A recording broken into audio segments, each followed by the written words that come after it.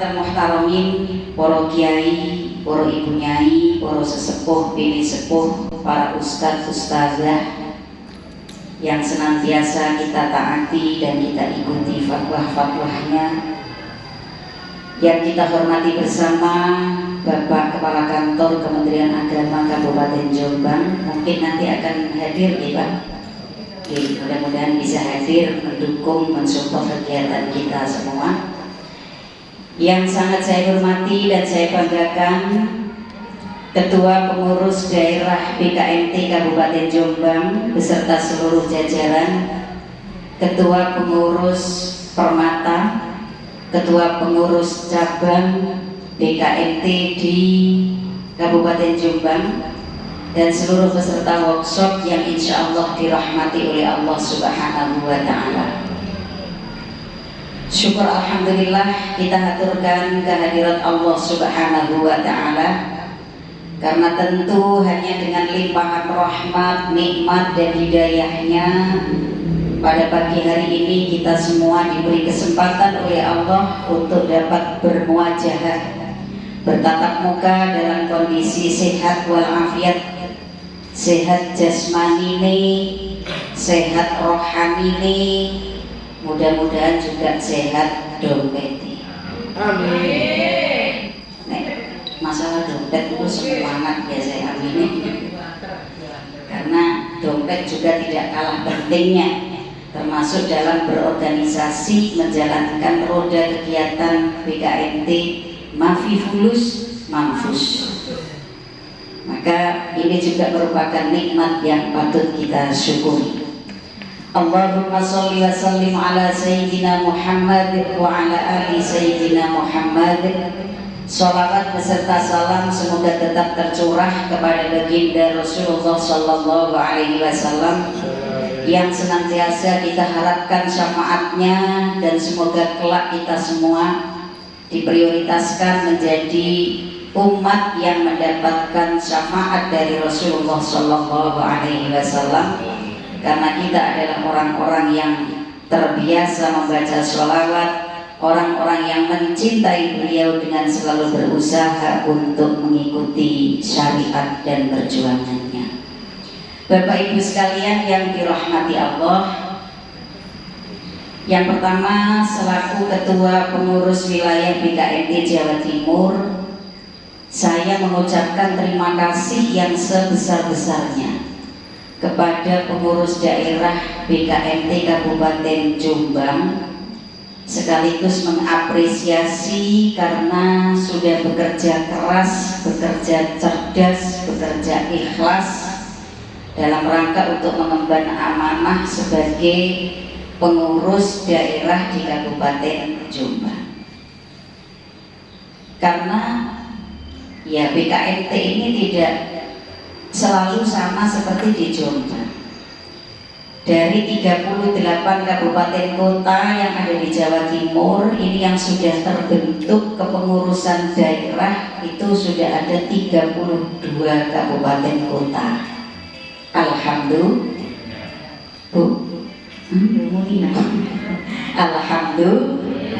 Alhamdulillahirabbil alamin. Artinya BKMT di Jawa Timur sudah bisa diterima oleh sebagian besar masyarakat Jawa Timur, walaupun masih dalam taraf pengenalan, sosialisasi, karena memang kondisi di Jawa Timur berbeda dengan kondisi di provinsi yang lain.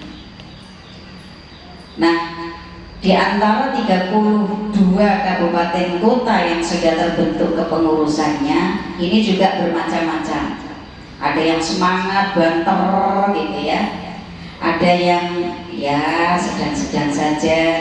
Ada juga yang hanya ada SK-nya. Jadi kegiatannya itu hanya pelantikan. Setelah pelantikan, layak ya walayam. Tidak berdaya karena tidak berdaya dan tidak bermutu. Nopo alasan yang paling klasik? Biasanya pembiayaan, uang. Maka tadi yang saya sampaikan, mafi fulus manfus. Organisasi perlu modal, organisasi perlu pembiayaan untuk bisa menjalankan roda organisasi ini dengan baik. Untuk itu saya mengucapkan terima kasih yang sebesar-besarnya kepada pengurus daerah BKMT Kabupaten Jombang yang tidak sekedar hanya melakukan penguatan-penguatan organisasi dengan membentuk kepengurusan di tingkat kecamatan maupun di tingkat kelurahan, tetapi ada inovasi-inovasi, ada kreativitas-kreativitas yang bisa dibangun dalam rangka untuk menjalankan kegiatan BKMT khususnya di Kabupaten Jombang.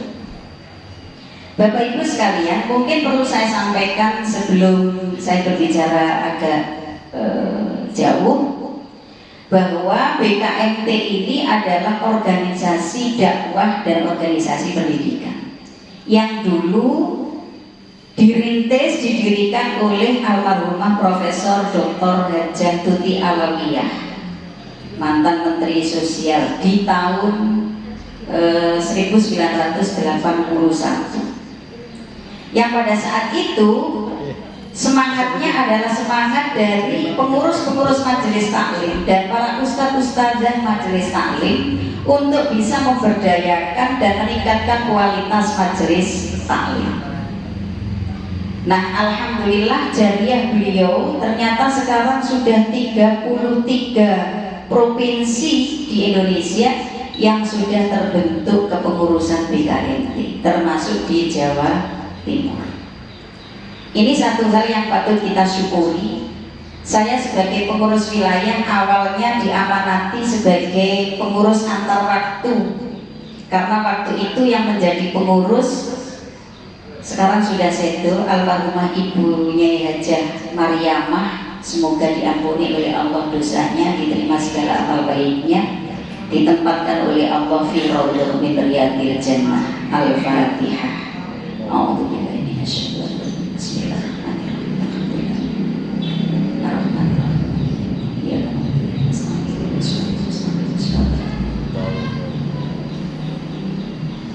Alhamdulillah. Nah, pada saat saya diminta untuk menjadi pengurus antar waktu karena beliau dalam keadaan sakit, pada saat itu di Jawa Timur hanya ada 7 kabupaten kota yang sudah ada kepengurusannya. Itu pun kondisinya yang banyak ya layah itu tadi, tidak berdaya dan tidak bermutu. Nah, akhirnya saya mikir, piye caranya supaya BKMT di Jawa Timur ini bisa diterima oleh masyarakat Jawa Timur. Padahal kita punya potensi majelis taklim yang luar biasa banyaknya. Mungkin tadi disampaikan oleh Pak Awi berapa jumlah majelis taklim di Jawa Timur ini jumlahnya. Yang ini tidak bisa dibiarkan begitu saja. Perlu dibina, perlu ditingkatkan kualitasnya, perlu diberdayakan. Sehingga majelis taklim itu tidak hanya sekedar pengajian isinya. Pengajiannya wajib. Karena yang namanya majelis taklim tentu harus ada proses belajar mengajar dalam bidang keagamaan yang kita sebut sebagai pengajian. Wajib di situ. Yang namanya majelis taklim harus ada pengajian. Tidak boleh majelis taklim kok kemudian isinya hanya arisan, gitu kan? Majelis taklim ada pengurusnya, ada anggotanya, ada yayasannya, tapi isinya kok dodolan online, kan bukan majelis taklim. Bukan majelis taklim. Pengajiannya wajib. Tetapi bagaimana lebih dari pengajian itu bisa dilakukan oleh majelis taklim? Pemberdayaan ekonomi umat misalnya, menyelesaikan problem-problem sosial yang saat ini dihadapi oleh masyarakat kita, yang itu tidak bisa terlepas dari permasalahan dakwah.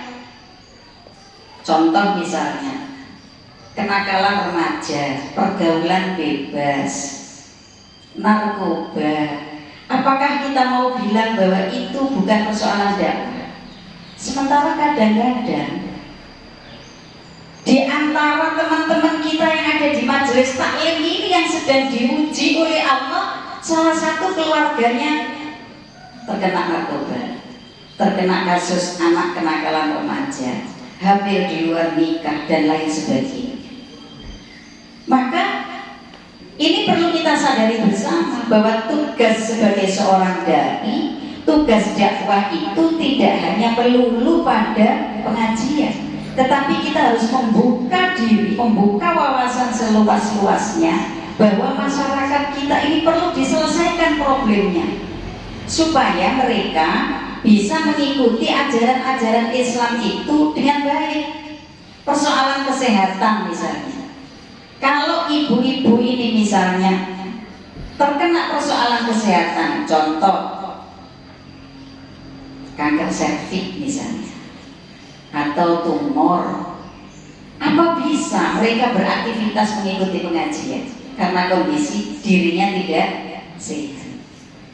Maka ini perlu menjadi garapan kita semua selain urusan pengajian yang itu memang menjadi kewajiban bagi kita semua. Nah, beberapa waktu yang lalu, minggu lalu, itu di Tuban sudah meluncing kurikulum untuk majelis taklim di Kabupaten Tuban. Alhamdulillah pagi hari ini PD BKMT Kabupaten Jombang juga sudah berinovasi untuk mau melakukan nih Pak, masih mau nih, mau melakukan penyusunan buku dakwah dan moderasi beragama. Ini satu hal yang sangat relevan dengan tugas dan kewajiban kita. Maka ketika saya waktu itu diamanahi untuk menjadi pengurus di wilayah, yang saya tembak pertama kali adalah penyuluh. Karena saya tahu bahwa tusi penyuluh ini bisa disinergikan dengan BKMT. Sementara kita memang butuh bersinergi dengan Kementerian Agama selain instansi-instansi yang lain. Misal, salah satu tusinya penyuluh ada keluarga Sakinah, gimana? Resmi. Kemudian ada juga apa itu yang terkait dengan pencegahan narkoba, Nakza. Apa itu Nakza?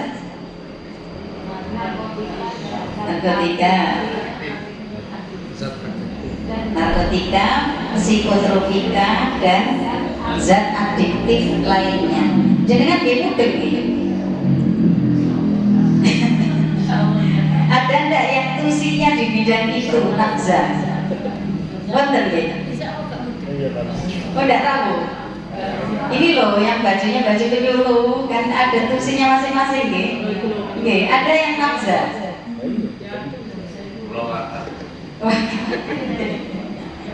Narkotika, psikotropika, dan zat adiktif lainnya. Panganan maupun panjenengan yang bidangnya itu kalau memberikan penyuluhan ke masyarakat bagaimana kira-kira? Yang bidang Nakza. Sementara narkotika ini sekarang menjadi salah satu persoalan bangsa di Indonesia yang tidak bisa juga dilepaskan dari persoalan dakwah. Artinya begini, kita memang bukan MSI, sembarang iso. Ya toh? Dalam hal-hal tertentu yang kita tidak membidangi, contohnya Nakza tadi, tidak harus kita sendiri yang melakukan, tapi perlu ada kemitraan, perlu bersinergi dengan orang-orang yang memang ahli di dalam hal Nakza tadi misalnya. Kalau kita tidak tahu, tidak ahli di bidang itu, jangan dipaksakan untuk menyampaikan secara langsung.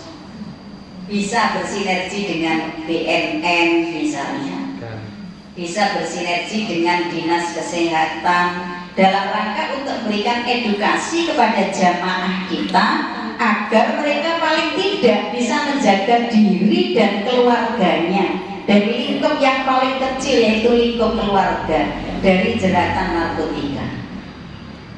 Ada loh Bapak Ibu, bapaknya pengurus takmir masjid, ibunya pimpinan jamiah, tapi anaknya ternyata moro-moro ditangkap polisi karena ikut jadi bandar narkoba. Enten apa boten?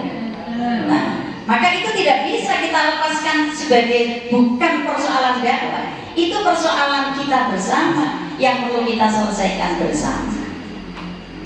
Nah, Bapak Ibu sekalian, terkait dengan penyusunan buku dakwah dan moderasi beragama, saya mengapresiasi sekali atas inisiatif dan inovasi yang sudah diberikan disampaikan oleh PDDKMT Kabupaten Jombang, ya, luar biasa. Dan ini berkat sinergitas juga dengan Pemkab, ya Pak. Nah, dengan Pemkab. Karena memang kita harus bersinergi begitu. Karena kalau hanya satu tidak mungkin kita berjalan. Coba tangan kita, apa ini jari kita ini, kalau satu lawan satu, nggak bunyi loh.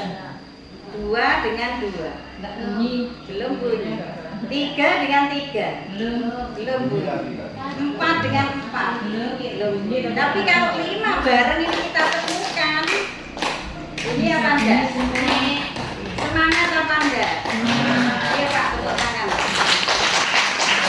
Menyemangati kita semua, PKMT Kabupaten Jombang. Artinya apa?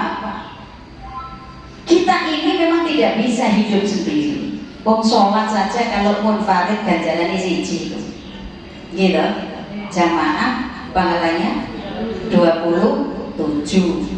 Mudah-mudahan kita terus mendapatkan hidayah dari Allah, bisa melanggengkan sholat jamaah dan bisa memberikan motivasi kepada orang-orang di sekitar kita untuk berjamaah, sehingga masjid ini tidak sekedar bagus bangunannya tapi juga bagus fungsinya, gitu kan? Kalau kadang-kadang ngeri ada masjid bau besar tapi jamaah ini subuh itu mek telu, ono sing adzan, sing imami ambek maklum siji. Iku ae tuwek-tuwek tok. Dadi akeh kipase timbangane jamaah. Enten apa boten yang seperti itu? Ya sudahlah, masjid segini ini cukup. Sing penting jamaahnya banyak. Masyarakat di sekitar masjid ini bisa memakmurkan masjid. Kita sholat berjamaah pahalanya 27 derajat. Sholat sendiri ganjarannya siji. Itu pun belum tentu khusyuk. Wong sholatnya kula jenengan ini nggih. Sholat nek tambah suwe tambah pikirane nang ndi-ndi. Nggih napa mboten? Waktu sholat eling sembarang kali. Masing asale lali, asale gak eling, dieling-eling, gak nemu niku lho wayahe sholat jadi ketemu kok. Nggih napa mboten? Mari blonjo. Mari blonjo ini ngitung duitnya teko pasar. Gawa duit 300.000, enteke blonjo 200 mesti ini lek kali 40. Lah kok didelok karine 20.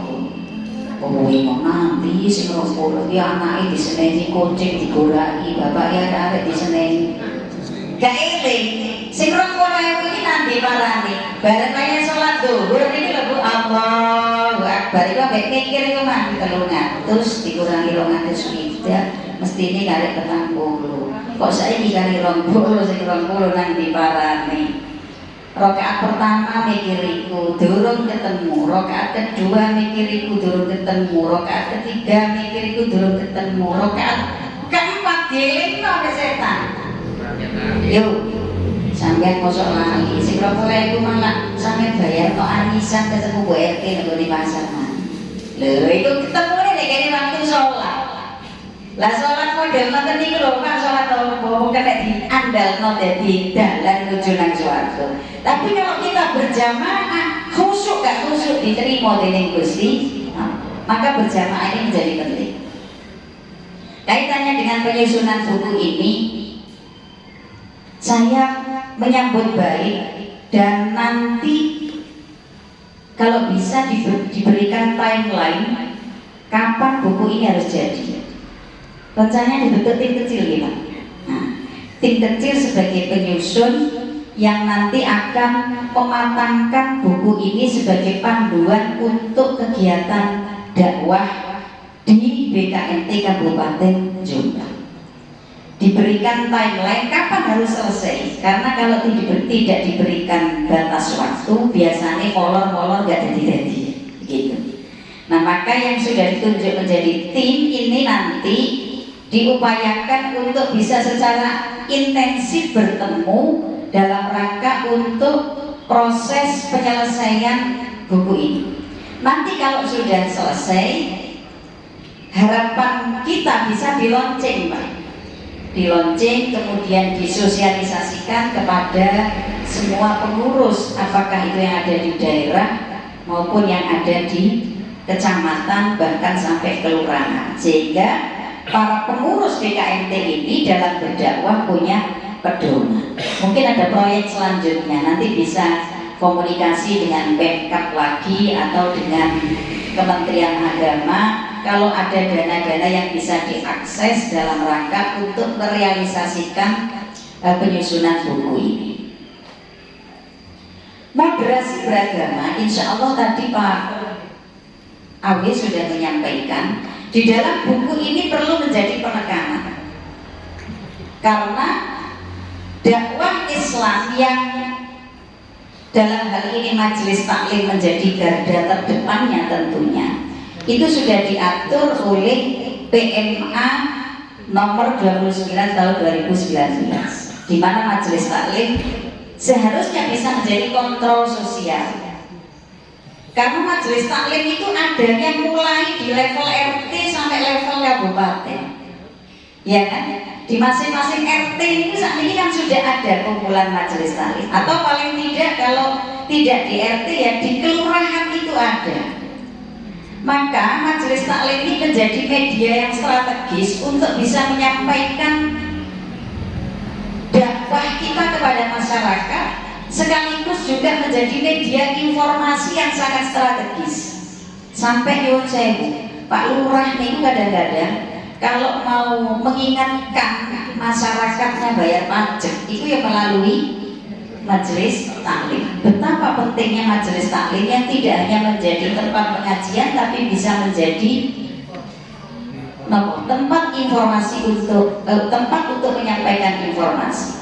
Tapi jangan lupa Majelis Taklim juga harus berfungsi menjadi kontrol sosial.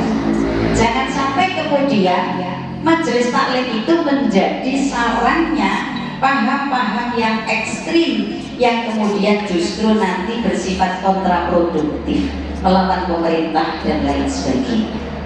Maka ketika bicara moderasi beragama, kuncinya ada 4, indikatornya ada 4. Tidak tahu tadi sudah disampaikan Pak Abi apa belum. Yang pertama, perlu adanya kesadaran bersama untuk menjaga kesatuan negara Republik Indonesia, NKRI harga mati. Ini harus disadari oleh semua jamaah kita. Maka itu harus dimulai dari pengurusnya. Dalam hal berdakwah jangan sampai kemudian menyampaikan materi yang sifatnya provokatif melawan pemerintah, memecah belah umat. Karena negara ini dibentuk, diperjuangkan oleh banyak kalangan, oleh banyak orang, tidak hanya satu golongan, tidak hanya satu agama. Maka ini yang perlu kita pahamkan kepada jamaah kita, termasuk nanti dalam hal penyusunan buku ini. Tentu moderasi beragama harus masuk di sana. Bagaimana materi-materi dakwah itu menyadarkan kepada jamaah, kepada umat, apakah itu dalam konteks pengajian, apakah itu dalam konteks khutbah, apakah itu dalam konteks penyuluhan, memberikan kesadaran kepada masyarakat untuk menjaga keutuhan NKRI. Yang kedua, Bapak Ibu sekalian, moderasi beragama harus bisa memahamkan kepada jamaah, kepada umat, kepada kita semua tentang ajaran agama itu sendiri. Bahwa Islam ini agama yang sangat menghargai perbedaan. Islam ini agama yang sangat menghargai unsur kemanusiaan. Coba kalau kita ngaji, ada hadis Rasulullah yang menyatakan man kana yu'minu billahi wal yawmil akhir falyukrim jarahu. Barang siapa yang beriman kepada Allah dan beriman kepada hari akhir, maka muliakan tetangga. Hadis ini sampai menghubungkan antara iman dengan rukun dengan tetangga, memuliakan tetangga, walaupun tetangga itu beda agama. Mungkin kita masih ingat bagaimana Rasulullah punya tetangga yang beda agama, yang tidak sekedar dilokno, tidak sekedar dirasani. Lek kula panjenengan duwe tangga kedus paling banter dirasani. Dirasani itu pun nek ana wonge gak wani terus, Mas. Gitu. Rewang kene tangga ngoten niku. Ngebeli lentung, ngebeli sate, kerumunan wong akeh bisi-bisi ngrasani. Kok barang sing dirasani teko, jamil-jamil lek kancane. Gak wani. Gila bener. Paling banter kita tadi. Tapi Rasulullah pada saat itu punya tetangga yang beda agama, yang tidak hanya sekedar dilokno dirasani. Kanjeng Nabi lek berangkat sholat teng masjid didoni, dibuangi kotoran. Tapi Rasulullah tidak menunjukkan kekerasan dan kebencian. Malah ketika suatu saat tetangga yang selalu ngidoni Rasulullah kok tidak ngidoni, ini kan Nabi tangga menjadi tonggo-tonggo liang. Nanti tonggoku sing biasa ngidoni aku kok gak tumun. Padahal aku wis kangen nabi idune. Ternyata sakit. Lho ana tangga beda agama biasa ngidoni kok loro. Kok cara wong Jombang kira-kira ya jongor kan. Lho Kanjeng Nabi lho mboten ngoten, Pak. Ana tangga beda agama gawe ngidoni disambangi didongakno masyaallah.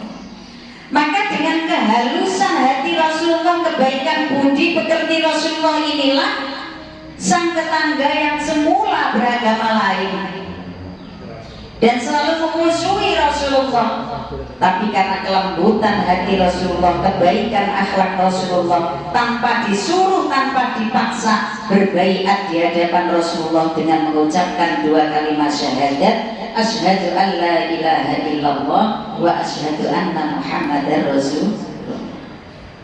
Contoh yang luar biasa dari Rasulullah SAW dalam kehidupan bertetangga.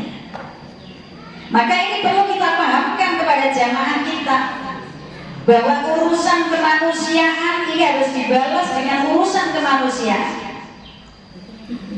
Moderasi beragama bukan berarti harus toleransi agama, tapi toleransi beragama.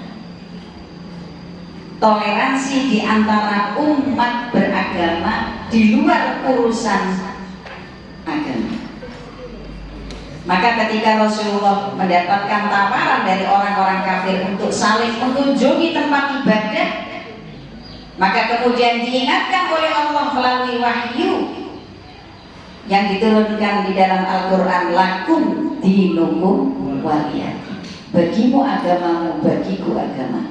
Urusan agama tidak boleh dicampur aduk, tapi urusan kemanusiaan harus dijaga sebagai bagian dari urusan kemanusiaan.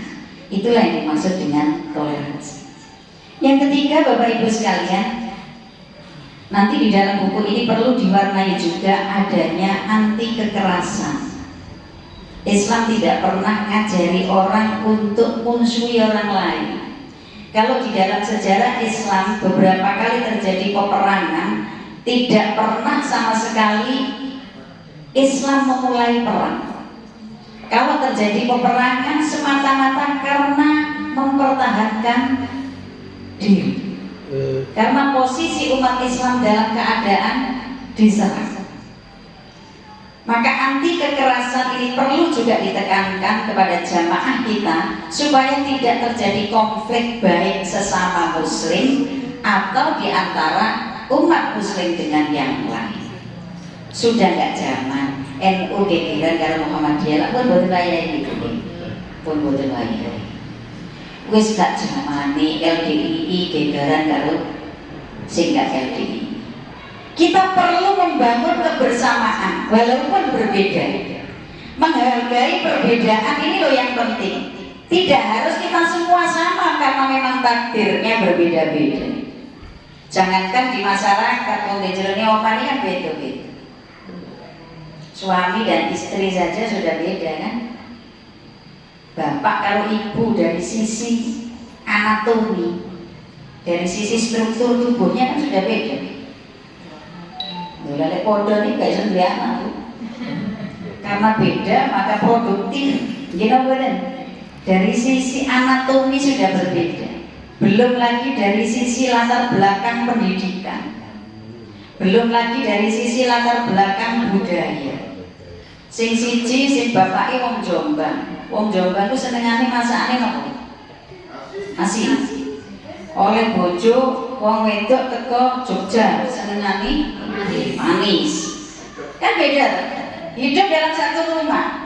Kalau satu dengan yang lain tidak bisa saling menerima, tidak menghargai perbedaan, isine gegeran. Sing lanang terus orang sing wedok. Awakmu goblok gak entos masak. Mosok masak kok legi. Gawe jangan apa jenenge? Iki jangan tak kolot lah. Engko sing wedok ya ngono atine loro mangkel. Opo yo masakan kok asin koyo ngene. Ayo jaluk rapi mana ya? Isinya gegeran karena tidak menghargai perbedaan. Maka kita tidak harus sama. Berbeda-beda adalah bagian dari takdir, tetapi bagaimana kita bisa mengupayakan untuk menghargai perbedaan. Maka tidak boleh ada kekerasan. Sing wedok digepuk karena masake legi, sing lanang dijotos mergo seneng asin. Ini kan jadi tukaran. Nah, anti kekerasan harus dicegah. Yang terakhir, Bapak Ibu sekalian, di dalam menegakkan moderasi beragama perlu menjaga kearifan lokal. Indonesia ini lompo, kalau ini nanti asal tugas kantor itu tenggene Ternate, Maluku Utara, dalam rangka uji anak-anak yang akan mendapatkan beasiswa LPDP. Saya naik pesawat dari Surabaya tuh harus turun dulu di Manado. Kemudian dari Manado harus transfer ke Maluku Utara, ke Ternate. Niku perjalanan 7 jam sak transit. Masih di Indonesia. Lah iku lek ditambahi 2 jam kas padha karo umroh. Kita kalau umroh biasanya perjalanan Surabaya Madinah 9 jam ya? 9 jam. Itu perjalanan 7 jam masih di Indonesia. Masya Allah, luar biasa luasnya Indonesia ini. Wilayahnya luas secara geografis, masyarakatnya juga besar dari sisi kuantitatif, suku, budaya, agama, kepercayaan macam-macam. Di Jawa saja ini sudah bisa kita dapatkan adanya budaya yang berbeda-beda.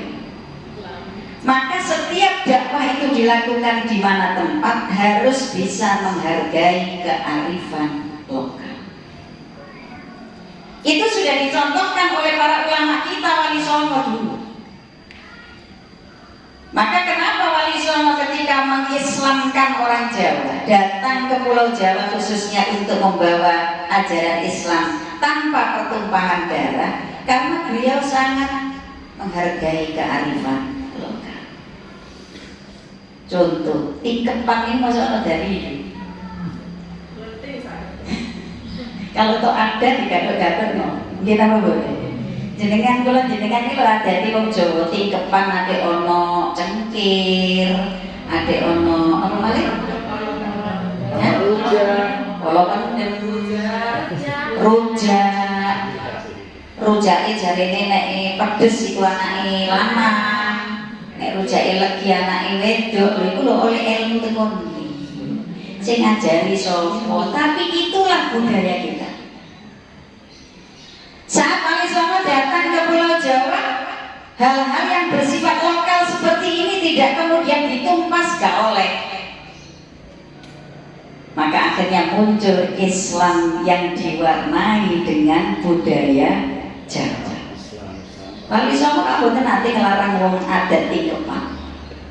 Tapi bagaimana mewarnai adat tingkepan yang yang dulunya dipakai ucut, dipakai minum-minuman, ada adat yang murni Jawa yang sebenarnya itu berupa pengharapan-pengharapan, cengkire yang diukir ditulisi Arjuna karena apa?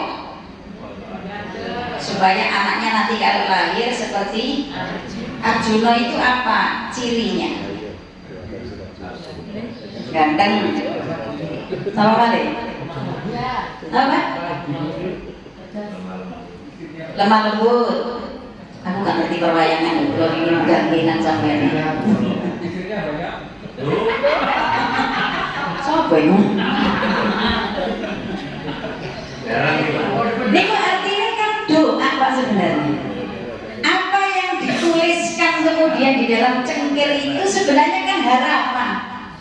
Harapan orang tua kepada sang jabang bayi yang nanti akan dilahirkan. Doa. Maka oleh para wali itu tidak dicegat, tapi kemudian diwarnai dengan nilai Islam. Maca surat Yusuf, karpe supaya menenek anak lahir lanang buangkan kayak Nabi Yusuf, kelakuannya bagus kayak Nabi Yusuf, gak gampang terpengaruh dengan wedoan kayak Nabi Yusuf. Nabi Yusuf masih buang kan buatan wedoan. Aja titik-titik pulau Segitu ngolake Bu. Lho Siti Zulaikha itu kurang ae apa? Kok cara digambarno cara Jawa ngono untune miji timur gulune ngulan-ngulan lembehane belarak nyemplak sampe iso medhotno sabunge sampang ngono. Wahyu. Tapi berubah Nabi Yusuf lho gak sampai katut. Lah sampean jane budana kantor ono wedok ayu ae diinggiri. Nonton ta. Lumayan. Masya Allah, itu harapan. Diwacana surat Maryam supaya anak ini besok lahir wedok seperti Siti Maryam, solihah, bisa menjaga kehormatan dirinya, mempunyai keturunan anak yang soleh. Maka kemudian ini mewarnai Islam di Jawa, Islam yang menjaga kearifan lokal. Halal bihalal. Ini kalau sampai takut mana dari wong India, bodoh Islam. Kau tahu gitu. Tapi kita semua sudah punya kebiasaan setiap ba'da hari raya Idul Fitri mengadakan acara halal bihalal. Padahal itu dulu adalah inisiatif dari Bung Karno untuk menyatukan bangsa Indonesia yang pada saat itu rodok terpecah. Menyatukan kembali dalam bingkai silaturahim yang dilakukan setelah hari raya Idul Fitri yang kemudian diberi nama halal bihalal, saling memaafkan. Betapa indahnya negara Indonesia ini yang diisi oleh orang-orang yang sangat bisa menjaga kearifan lokal. Itu yang perlu kita tiru dari para wali yang sudah mencontohkan kepada kita semua, menjaga kearifan lokal, menggandeng ulama dan umarok harus berjalan seiring, tidak saling konfrontatif, gitu. Makanya di Indonesia ini, kalau yang model lama ya, kalau kita bisa lihat simbolnya di masing-masing kabupaten, itu kalau ada kantor kabupaten, sebelahnya mesti Masjid Agung, depannya ono alun-alun, model alun, gitu. Ini adalah simbol yang menyimbolkan bahwa ulama dan umarok saling bergandeng tangan. Raden Rahmat Sunan Ampel bisa berhasil membuat pesantren di Surabaya berkat dukungan dari Raja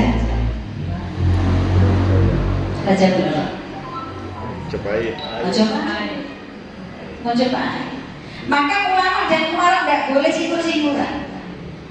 Untuk itu kita perlu bersinergi di dalam berdakwah ini dengan siapapun, Kementerian Agama yang paling utama, karena ini adalah tusi dari Kementerian Agama.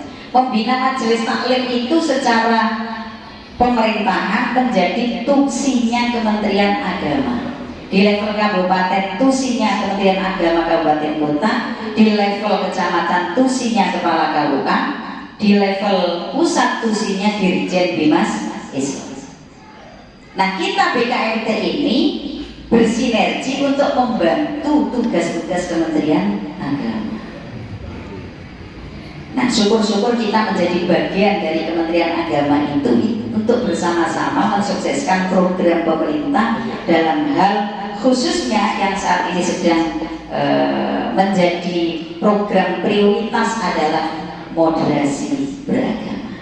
Mudah-mudahan nanti buku ini bisa segera terselesaikan dengan baik, dipilihkan materi-materi yang diwarnai dengan Islam rahmatan lil alamin, Islam wasatiyah, menjaga moderasi beragama sehingga masyarakat kita menjadi adem, masyarakat kita merasa terayomi, masyarakat kita bisa saling menjaga perbedaan di antara satu dengan yang lain, ukhuwah Islamiyah maupun ukhuwah basyariyah, ukhuwah watoniyah bisa tercermin dalam kehidupan sehari-hari.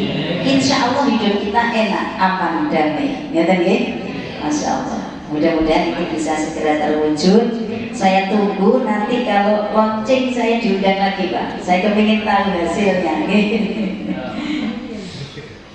Kira-kira bagaimana nanti kalau perlu di ISBN kan, barangkali ada teman-teman penyuluh ini kan fungsional yang membutuhkan untuk poin, untuk kreditnya, ini ngiras-ngiras juga bisa digunakan sebagai poin di ISBN kan. Saya kira ISBN tidak mahal kok sekarang, online itu hanya